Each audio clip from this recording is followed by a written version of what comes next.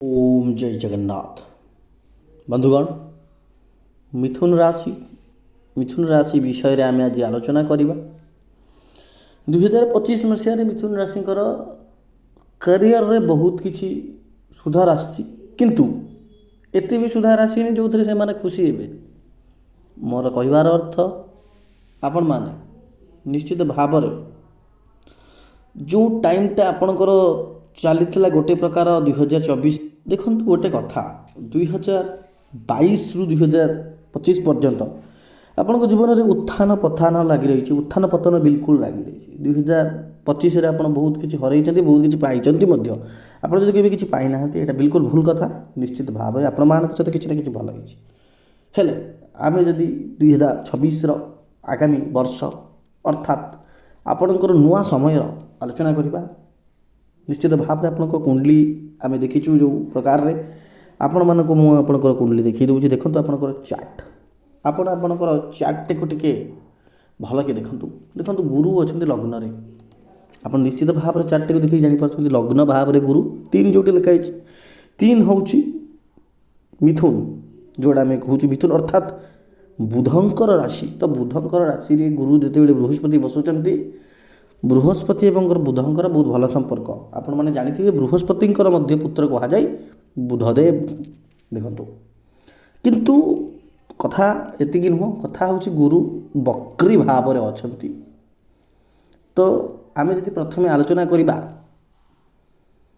गुरु बृहस्पति जनित आपन को किसी प्रोब्लेम हो पारे जोटा हेल्थ इश्यू क्रिएट करें निश्चित भाव में देखंतु आपण मैंने सजग रहा दरकार। ए वर्ष 2026 आपन को मोटापण बढ़ीज थाइरॉइड इश्यू हो पारे जहाँकर अच्छी बढ़ी जापे आपणकर कोलेस्ट्रोल हो डायबिटीज हो ब्लड प्रेशर हो कि पेट जनित लिवर जनित प्रोब्लेम जोटा हो कि ब्लड रिलेटेड इश्यू निश्चित भाव में युवाक टी त्वरान्वित हबार चांसेस अच्छी जातक कहूँ जोटा निश्चित भाव में आपण मैंने देखिए आपणकर हेल्थ जनित व्यय आपणकर रमिति आम जानिले व्यय चंद्र अच्छा देखो चंद्र होती पानी भाया व्यय हम आपणकर पानी भाया पैसा खर्च हम कारण 2 जोटा लिखाई धनर खर जोड़ा 2 आम कहुए 2 देखो जो लिखा रही शुक्रकर राशि से चंद्र बसी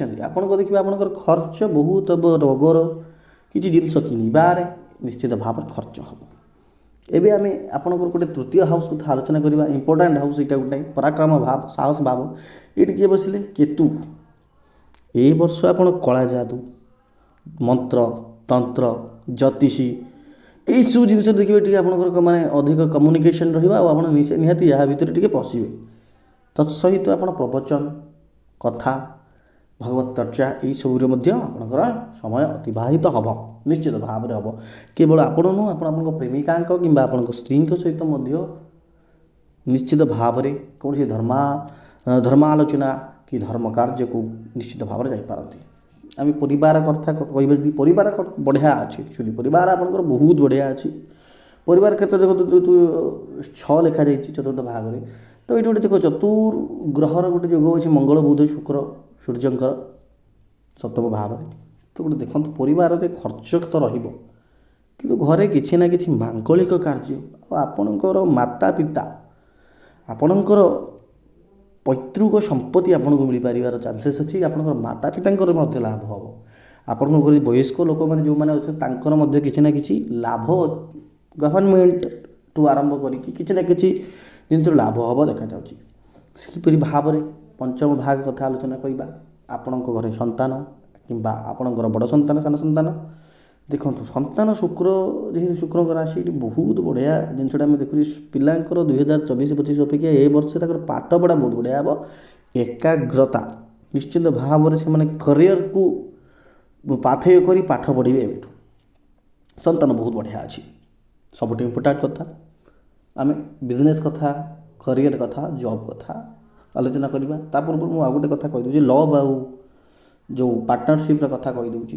देखो आपण जातक आप निजे देखो मुझे चार्ट देखा आप गुरु आप लग्न जो गुरु लिखाई गुरु ठू गणेदेवे 1 2 3 4 5 6 7 सप्तम भाव जो 9 लिखाई सप्तम ସପ୍ତମ ଘର କାହା କୁହାଯାଏ? ବିଜନେସ୍, ସ୍ତ୍ରୀ, ପାର୍ଟନରସିପ୍। ଦେଖନ୍ତୁ ସେଠି ମଙ୍ଗଳ ବସିଲେ, ବୁଧ ବସିଲେ, ଶୁକ୍ର ବସିଲେ, ସୂର୍ଯ୍ୟ ବସିଲେ, ନ ଲେଖା ହେଇଛି ମାତ୍ର ବୃହସ୍ପତିଙ୍କ ସେଇଟା ରାଶି। ତ ଏଇଟା ଗୋଟେ ବହୁତ ବଢ଼ିଆ ଯୋଗଟା ଗୋଟେ ଆପଣଙ୍କର କ୍ରିଏଟ୍ କରିଦେଲା। ଏଇଠି ଆପଣଙ୍କର କ'ଣ ହେଉଛି ନା ଲଭ୍ ପାର୍ଟନର୍ ଯେଉଁମାନେ ସ୍ୱାମୀ ସ୍ତ୍ରୀ ଯେଉଁମାନେ ତାଙ୍କର ଅଚାନକ ଧନ ନିଶ୍ଚିତ ଭାବେ ହେବ। କିନ୍ତୁ ମୁଁ ଗୋଟେ କଥା କହୁଛି, ଜାନୁଆରୀ ଫେବୃଆରୀ ଟିକେ ଆପଣଙ୍କୁ କଷ୍ଟ ସହିବାକୁ ପଡ଼ିବ, ମାର୍ଚ୍ଚ ପରେ ଏଇଟା ରହୁଛି। ଆଉ ନିଶ୍ଚିତ ଭାବରେ ଅଚାନକ ଆଉ ଲଭର୍ ମାନଙ୍କର ବାପା ମା ଯଦି ମାନୁନଥିବେ, ଆପଣ ଦେଖିବେ ଏଇଠାରୁ କ'ଣ ହେବ ନା ମାନିବା ଆରମ୍ଭ କରିବେ। ଇଣ୍ଟରକାଷ୍ଟ ମ୍ୟାରେଜ୍ ହେଉ କି ମ୍ୟାରେଜ୍ରେ କିଛି ପ୍ରୋବ୍ଲେମ୍ ହେଉ କି ପୁଅ ଘରେ ମାନୁନାହାନ୍ତି କି ଝିଅ ଘରେ ମାନୁନାହାନ୍ତି, ନିଶ୍ଚିତ ଭାବରେ ଆପଣମାନଙ୍କର ଏଇଟା ଭଲ ଦେଖାଯାଉଛି। ତ ଏବେ ଆମେ ନବମ ଭାଗ କଥା କୁହା, ରାହୁ 11 ଯେଉଁଠି ଲେଖାଯାଇଛି ଦେଖନ୍ତୁ, ରାହୁ ବକ୍ରି ଭାବରେ, ରାହୁ ତ ସବୁବେଳେ ରାହୁ କିନ୍ତୁ ବକ୍ରି। ତ ରାହୁ ଏଇଟା ଆପଣଙ୍କ କ'ଣ କରିବେ ନା ଆପଣଙ୍କର ଟିକେ ଲେଟ୍ କରାଇବେ ଆପଣଙ୍କୁ ସକ୍ସେସ୍ ପାଇଁ, କିନ୍ତୁ ଆପଣଙ୍କୁ ଜୋରଦାର ସକ୍ସେସ୍ ଦେବେ। ବିଦେଶରୁ ଆପଣ ଯଦି କିଛି ଲାଭ ଡଲାର କମେଇବାର କିଛି ଅଛି କି ଆପଣ ମତ ଆଉଟ୍ ଅଫ୍ ଷ୍ଟେଟ୍ ବି ମୁଁ କହୁଛି, ଯଦି ଆପଣଙ୍କୁ ବାହାରେ ଯାଇକି କାମ କରୁଛନ୍ତି ଆପଣଙ୍କୁ ସେଠି ରାହୁ ଆପଣଙ୍କୁ ଏପ୍ରିଲ ପରେ ବଢ଼ିଆ ଫଳ ଦେବେ। ଜାନୁଆରୀ ଫେବୃଆରୀ ଟିକେ ପ୍ରୋବ୍ଲେମ୍ ରହିବ, କିନ୍ତୁ ଏପ୍ରିଲ ପରେ ଆପଣଙ୍କର ବହୁତ ବଢ଼ିଆ ଫଳ ଅଛି। ତ ସେହିପରି ଭାବରେ ଆମେ ଯାହାଙ୍କର ଚାକିରି ହେଇନାହିଁ, ଜବ୍ ହେଇନାହିଁ, ଏଇ ବର୍ଷ ଆପଣଙ୍କର ଚାକିରି ପାଇଁ ବହୁତ ବଢ଼ିଆ ଅଛି। କେମିତି ଆମେ କହିବା ଚାକିରି ପାଇଁ ବଢ଼ିଆ? ଦେଖନ୍ତୁ ଏଇଠି ଷଷ୍ଠ ଘରେ 8 ଲେଖା ହେଇଛି, ମଙ୍ଗଳ ଅଛନ୍ତି। ତ ମଙ୍ଗଳ ସାଥିରେ ବୁଧ ଶୁକ୍ର ସୂର୍ଯ୍ୟ ବି ଯୁତି ଅଛି, ଚାକିରି ପାଇଁ ବହୁତ ବଢ଼ିଆ। ବିଜନେସ୍ ମାନଙ୍କ ପାଇଁ ଗୋଟେ କଥା କହିବା, ଶନିଦେବ ଦଶମ ଘରେ ଅଛନ୍ତି। ସବୁଠୁ ବଡ଼ ପ୍ରୋବ୍ଲେମ୍ ହେଉଛି କଷ୍ଟ କରିବାକୁ ପଡ଼ିବ। ଯଦି କଷ୍ଟ ନ କରିବେ, ଷ୍ଟ୍ରଗଲ୍ ନ କରିବେ, ନିଶ୍ଚିତ ଭାବରେ ଫଳ ଆପଣଙ୍କ ଫେଭରରେ ଯିବନି। ବିଜନେସ୍ରେ ଦେଖିବେ ଆଭରେଜ୍ ଅଛି, ମିଶ୍ରିତ ଫଳ। ଆପଣଙ୍କୁ ଆପଣଙ୍କ ଏମ୍ପ୍ଲୟ କି କର୍ମଚାରୀ ଆପଣଙ୍କୁ ଧୋକା ଦେଇପାରନ୍ତି, ଆପଣଙ୍କର ଖର୍ଚ୍ଚ ବହୁତ ରହିବ। କିନ୍ତୁ ଜାନୁଆରୀ ଟୁ ଏପ୍ରିଲ ଯଦି ଆମେ ଦେଖିବା ଟିକେ ନର୍ମାଲି ଆଭରେଜ୍ ରହିବ ଏସବୁ ଜିନିଷ ଗୁଡ଼ାକ, ମାନେ ଇନକମ୍ କଥା କହିବା ବିଜନେସ୍ରେ। ମେ ପରେ ଆପଣଙ୍କର ଦେଖିବେ ବହୁତ ବଢ଼ିଆ ଚମତ୍କାର, ମେ ପରେ ବହୁତ ସୁନ୍ଦର ଆପଣଙ୍କର ରହିବ। କିନ୍ତୁ ଏ ବର୍ଷ ସାରା ଆପଣଙ୍କର ବ୍ୟୟର ଯୋଗ ରହୁଛି। ଗୋଟେ କଥା ଦେଖନ୍ତୁ, ଆମେ ଯଦି ଆପଣଙ୍କ ଜାତକ ଏଇଟା ତ ଜେନେରାଲ୍ ପ୍ରେଡିକ୍ସନ୍ ଥିଲା, ଆପଣଙ୍କ ଜାତକ ଆନାଲାଇଜ୍ କରି ଆପଣଙ୍କ ବିଷୟରେ କହିବାକୁ ଚାହୁଁଛୁ। ତ ଆପଣମାନେ ନିଶ୍ଚିତ ଆପଣଙ୍କର ଜାତକ କୁଣ୍ଡଲି ପଠାନ୍ତୁ, ଆମେ ନିଶ୍ଚିତ ଭାବରେ ଆପଣଙ୍କ କୁଣ୍ଡଲି ଆନାଲାଇଜ୍ କରି କହିବୁ। ହଁ, ଗୋଟେ କଥା, ସମସ୍ତ ପ୍ରକାର ଯଦି ପ୍ରୋବ୍ଲେମ୍ ଅଛି ତାଠୁ ମୁକ୍ତି ପାଇବା ପାଇଁ ଆପଣ ନିଶ୍ଚିତ ଭାବରେ ମହାଦେବଙ୍କ ରୁଦ୍ରାଭିଷେକ କରିପାରନ୍ତି, କିମ୍ବା ଆପଣ ବୁଧଙ୍କର ବୀଜ ମନ୍ତ୍ର ପଢ଼ିପାରନ୍ତି, ଓଂ ବ୍ରାଂ ବ୍ରିଂ ବ୍ରୌଂ ସହ ବୁଧେୟ ନମ। ତତ୍ ସହିତ ହନୁମାନ ଚାଳିଶା ନିଶ୍ଚିତ ଭାବେ ପାଠ କରନ୍ତୁ। ମାତା ପାର୍ବତୀ ଏବଂ ମହାଦେବଙ୍କର ପିତାଜୀ ଆମର ଯାଇକି ଦର୍ଶନ କରନ୍ତୁ। ନିଶ୍ଚିତ ଭାବରେ ସମସ୍ତ ଅଶୁଭ ଫଳ ମଧ୍ୟ ଶୁଭ ହେବାର ତାକତ ରଖିଛନ୍ତି ସିଏ। ଜୟ ଜଗନ୍ନାଥ।